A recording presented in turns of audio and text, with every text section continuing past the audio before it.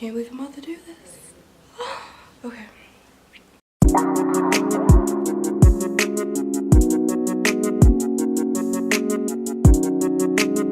Hi guys, welcome back to my channel, and more importantly, welcome to the second episode of Cherry Talks. For today's video, I kind of just wanted to explain to you guys exactly what the Cherry Project is, how I got the idea, where I've started from, and how far I've come. I'm always getting asked like what exactly is the Cherry Project, so today I'm here to answer those questions for you guys. Along with that, I've been getting asked for almost 2 years now, ever since I started the Cherry Project. People have been asking me, what is my story? When are you going to share your story? And I've been holding off on this topic, most importantly because one, I didn't want my story to be like the generic sharing your photo with the paragraph story that goes along with it that everyone else has done. And two, I wanted to make sure I knew exactly what I wanted to talk about. And three, I kind of wanted to be more special, like a face-to-face sit down, so I can thoroughly explain to you guys exactly what it is. Without further ado, let's get started. So in the summer of June 2016, I believe, I was having a photo shoot with a very good friend of mine. Her name is Raquel Rivera. Some of you may know her. She's a really good friend of mine. She lives in New York now. I miss her dearly. So if you're watching this, Raquel, I'm sending love from the mitten. Anyways, we did a photo shoot, and we shot in the Amway Grand Plaza in downtown Grand Rapids, Michigan. And she has a very vintage style, I'd say. For those of you that know her, you guys know like how she dresses. She dresses amazing, for one. But when we were in high school, a lot of people would make fun of the fact that she wore Doc Martens, high-waisted jeans, the way she did her hair, etc., because, you know, it wasn't really in style yet. She was a little more ahead of everyone else. So in these photos that we were taking, she was expressing those styles. She was wearing a shortcut wig, shortcut bob wig. I'll try and insert a photo right here for you guys to see. She was wearing a red bodysuit that said Cherry on it, and she wore, I believe, a white denim skirt. So I got the Cherry name for the Cherry Project from the cherry on the bodysuit. And after we did those photos, she had left to New York already, and I was going through and I was editing, and I was going through the, what would you call it? The lost files, the extra files, I'd say, because I had already uploaded some photos, and I was just going back through the files and like figuring out if I wanted to add something more. And I was clicking, and I came across the photo, and I was like, I don't know what it was, but I was just so distraught by it. Like, I was taken away, my breath was taken away, and for some reason I just felt like I connected with that photo because she just looked so at peace in her style, and it just represented like who she was. And if you know her, you would know this photo is an exact replica of what she does. I sent her the photo, and I was like, I love this photo so much. You represent so much to me. You're my inspiration. I want to do something with it. And she was like, well, what do you want to do with it?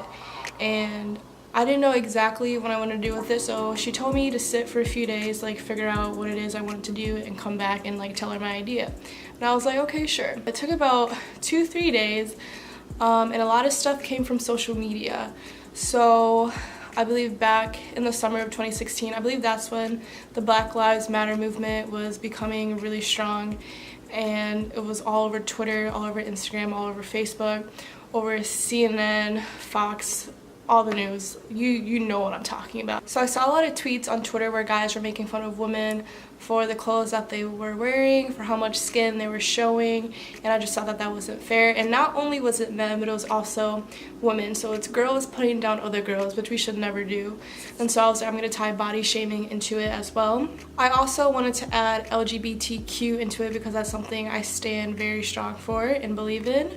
So I took a lot of these aspects and I threw it all together, and I sent it to her, and I was like, I'm gonna start a movement, and we're gonna talk about these issues in society. And since I had took a photo of her, I was like, I'll take photos of people and they'll share their stories. And that is how I started the Cherry Project. I believe I posted my first story in June, and it got a lot of hits. I was taken away. I didn't think that many people were believing in me, were excited for it. So I appreciate all that support from way back, almost 2 years ago. And through the summer, I shot all throughout Grand Rapids. And when I came back for my sophomore year at school, I decided to bring it with me. And that was one of the biggest choices, one of the best choices I've ever made, because so many students have shown me so much love and support. I've heard so many stories from students sharing very personal, explicit content, not only to me, but to the world, because we post it on Twitter, Facebook, and Instagram. So for all those people that have shared some very deep stuff, I thank you so much. It means so much to me, and I know it means a lot to others, especially people who have been through the same things that you have. So when people ask me exactly how do I get involved with the charity project, this is exactly how it goes. We have our social media pages on Twitter, Instagram, and Facebook, and all you have to do is send us a direct message on anyone. Either me or one of my team members will get in response to you, and we'll set up an appointment. And what you do is you just wear something red to the shoot, because we're trying to represent, cherries. I like to keep it a red theme. And when they come to the shoot, we give them a mini photo shoot. We get them comfortable talking to them like behind the camera as we're shooting. And as soon as we're done shooting, I'll ask them what do they think makes them unique, and then what makes them different from other people. And then I'll tell them that they can either use those 2 questions to write a short little paragraph on about themselves, or they can send us a paragraph talking about something that is really important to them, and then we post that. It's very easy to get involved. Everyone can get involved. Even if you believe you don't have something to say, you can still come to us and we'll help you put something together. We're a very loving, strong community, and we're just here to help people and uplift one another. So now comes to the big part that everyone has been asking me. Autumn, what is your story? Since you guys have been waiting, I will finally tell you guys what my story is. My story that contributes to the charity project is that I struggle with self-love. And when I say that, a lot of people struggle with self-love. It's not an uncommon thing. A lot of people go through their phases, especially us women with our hormones. It's very normal. But I believe it's something I've struggled with for a very long time now. When I was a kid, I wasn't really the girl that guys looked at all the time.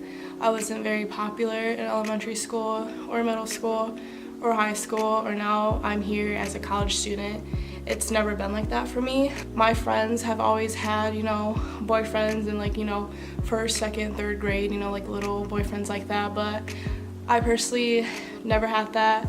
Coming into middle school, when the hormones and everything, you go through puberty and everyone's getting their first boyfriends, their first kisses. I didn't have that. I remember I used to ask myself what was wrong with me, because I just wanted to be like all the other girls. I wanted to be popular. I remember it was either in elementary school or middle school, I wrote a letter to myself, and I just remember I just completely grilled myself from the top to the bottom, just writing very negative things about myself, from my physical appearance to my inner side, and it was just very, very grimy and dirty thoughts I just thought of myself. And I remember my dad found it. He was in my room actually. We were talking about something. I'm not really sure what it was, but he was going through my dresser and he found the note, and I remember I tried to stop him. He wouldn't let me stop him. And he took the letter and he read it in front of me, and him reading it to me made me realize how stupid I sounded. And I remember he gave me a talk. He was like, do you really feel this way about yourself? And I remember I was just like, no, I saw it in the movies, people do it to make themselves feel better. But truthfully, I did feel that way about myself. And I think I'm the only one in my family who doesn't express their feelings or emotions, or talk to my family about my problems, which is kind of weird, but I'm kind of okay with it now that I'm older. It's just something that I'm used to. But that was kind of the start to the start to me actually figuring out, like, do I love myself, do I not love myself, like, when I started realizing, like, I wasn't really liking my physical appearance. I remember I have my group of friends from middle school. We're still friends to this day. I think there's like 6 of us, and they were all like skinny girls, and I was about the only one who was like the biggest out of everyone. And if I can find a picture, I'm gonna put it right here, because it's so funny to look at today, because I truthfully was not what I thought I was in middle school. I thought I was so fat and everything, and literally I was not fat at all. And it's terrible that I thought this way about myself, and it's terrible that girls think this way about themselves, because we shouldn't at all. And it was something I struggled with ever, because I've been friends with them since elementary school and we're here into college. So I've always felt like I stood out since then, and I've only gotten comfortable with my body like around this age, my adult years, because it's more shown to like love your body and love more of a thicker body, of an hourglass body. And my body has been something I've been super insecure about. I still struggle with it today. I don't always like what I look like every day. Something I do a lot, I always wear baggy clothes. It's kind of a thing for me. Sometimes when I wear tight clothes, I feel like I'm hugging too much of my body. Like I think it is that I don't like people seeing too much of my body. So I'm really into wearing like long crew necks, big crew necks, leggings. I like wearing comfortable clothes. That's how I like to go most of the time, especially when I'm feeling very insecure. That's my best way of hiding myself from people. Another big thing that would toughen my self-love for myself is that I steadily compared myself to other girls, whether it's girls on the internet or girls that I go to school with or girls that I'm best friends with. I was always like, wow, like, they look better, she looks better. I remember I would sit on my phone and scroll on Instagram at these Instagram models like for hours, and I remember I just felt worse and worse about myself the more and more I stare at them, and it's like I'm doing it on purpose. And now that I think about it, it's stupid, but society just has this image of what a perfect girl looks like, and the fact that I don't look like that really gets me down some days. I constantly like have to remind myself, like, your body is fine. We all don't have to look like the same person, and that's something that I have to remind myself a lot, because like I said, I struggle with it daily. I probably struggle with it this week. Another big thing that has affected my self-love is the way guys see women, because where I come from, my hometown, a lot of guys have the image of what they want from a girl. And I remember trying to be this girl for this guy. Like, I hate thinking about this. I would try so hard to be this girl, this bad bitch, sexy, beautiful, amazing body girl for this guy that I wanted to want me so bad. I would look at what he saw in women and the things that he liked, whether it was like on his TL, I saw him like post something and I'd be like, oh, like I need to be more like that for him to like me better. I need to do this for him to like me better. I need to not do this for him to like me better. That really messed me up, because when things took a 360 and how they ended, I never felt more embarrassed, I would say. Because I felt like I wouldn't necessarily say I changed a lot for this guy, because I was already mastering my makeup skills, like trying to get better at fashion, but at the same time I did a lot for this guy to want me. I was trying so hard to be that girl, and the fact that it turns out that he didn't want me and I had done all these things, I just felt stupid, and my self-love took a deep downfall. I stopped wearing makeup because I was like, there's no point, like no guy's ever gonna want me. Like if I failed to get the dream guy that like girls wanted, then I'm not gonna get any guy, just due to the past that guys have never looked at me originally.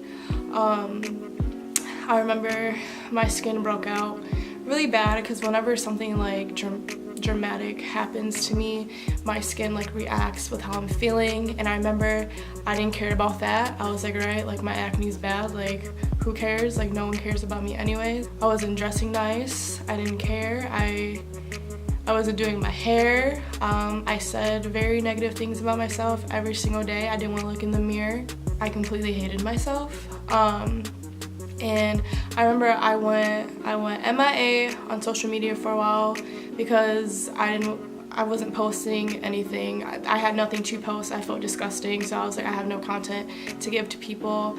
I would go through my social media pages and I'd look at myself and I'd be like, you're disgusting. And looking back at that now, like months later, it's like, why would I say like such harmful things about myself knowing that I'm better than this?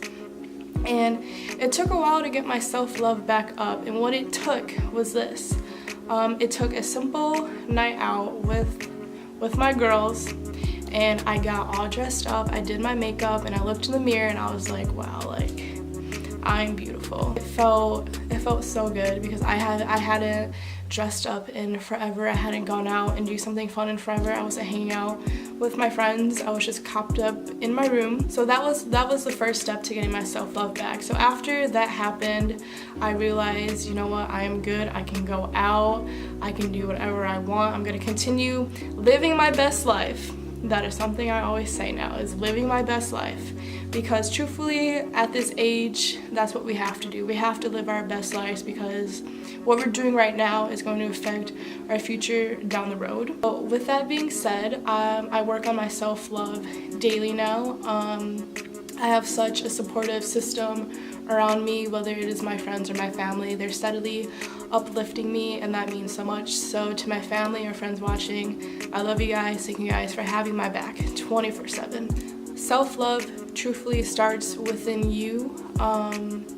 If you are a girl watching this struggling with self-love, you're gonna get through it. I have some tips that I'm gonna give to you guys that helped me get through my struggles with self-love. My tips on to do with self-love would to be first to rewind yourself. So if you just need to take a step back and have a few days to yourself, that is okay. If you don't want to go out and you want to stay home, that is fine. Take as much time as you need to. Self-love isn't always going out and shopping and doing a face mask or binging on whatever activity it is, but it just takes time to rewind and relax. 2 would be to find a new hobby. What I personally did was I started reading books again. I used to be a really big book geek back in like middle school, but once you get to college, it's kind of hard to read a book all the time, but I made it possible. And the last book I read that was great was called The Hate You Give. I'll try and leave a link down below. 3, what works for me is putting on some makeup and making myself feel good and taking pictures. I know it sounds weird, but truthfully we feel our best when we look our best, and I feel like I look my best when I'm beat and I'm looking cute. You don't have to be a makeup artist, you don't have to be great at makeup, but if you want to learn makeup, I believe it is a great skill to have. I'll link some of my favorite beauty influencers down below so you can go check out their channels and you can learn how to do makeup just like them and just like me. Surround yourself with your friends. Truthfully, no one's gonna have your back better than your close friends and family. When you're struggling with self-love and you're feeling alone, it's not best to stay alone for too long. When I'm around my friends, they just surround me with happiness and we just joke around all the time, and that's what I love so much about them. Make sure you're keeping your friends in the loop of what's going on. It's good to have a friendship where they know if your mental health is okay. And lastly but not least, focus on your future. A big thing for me was to realize how far I'm going to go within the next couple of years, if not this year. I have so much potential I'm going to reach. I know I'm going to do so much, so I can't let what happened yesterday or today affect me tomorrow or down the road, because honestly that's not going to matter from a year from now. So that's what I try to tell my friends when something bad happens to them. Like, you're doing good and you're gonna do so good in the future. So just make sure to keep your head up and stay positive, because this is all not going to matter by 2019. So that pretty much wraps up this video. I hope you guys enjoyed. I hope you guys enjoyed listening to me ramble. If you guys ever want to talk, if you have any issues, all my social media information will be linked down below. I'll make sure I will respond to whatever you give me. If you ever need some advice, I'm always here. I probably won't post the next video until the next month or so, because we're about to go on Christmas break. So I'm about to work on exams. I'm gonna go home for about a month, and I really just want to use that time to spend time with my family and make some money. So I'll probably be back with a new video for you guys in the early January. Thank you guys so much for all the support you show to me. Make sure to like and subscribe below, and I will see you guys in the next video. Bye!